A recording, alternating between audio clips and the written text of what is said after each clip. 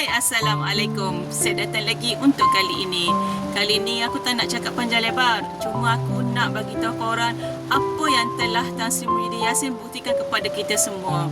Okey, yang pertama, beliau sanggup berdepan dengan tindakan dipecat daripada jawatan TPM dan juga Timbalan Presiden UMNO demi menyuarakan kebenaran mengenai skandal 1MDB yang telah mengaibkan maruah negara pada ketika itu.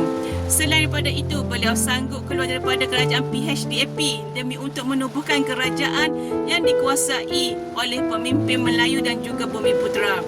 Bukan itu je korang, ada lagi iaitu beliau sanggup menyerahkan jawatan Perdana Menteri kepada Barisan Nasional demi untuk menyelamatkan kerajaan yang dikuasai oleh pemimpin Melayu dan Bumiputera, walaupun Barisan Nasional lah yang buat SD untuk menarik balik sokongan kepadanya sebagai Perdana Menteri yang ke-8 pada ketika itu.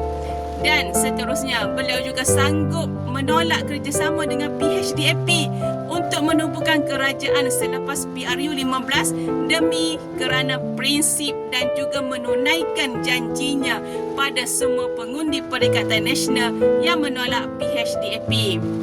Yang seterusnya, beliau sanggup lepaskan jawatan pengerusi Perikatan Nasional dengan sukarela demi untuk menyelamatkan perhubungan PAS dan juga Bersatu. Tapi sekarang, apa yang beliau dapat? Apa yang beliau dapat sekarang?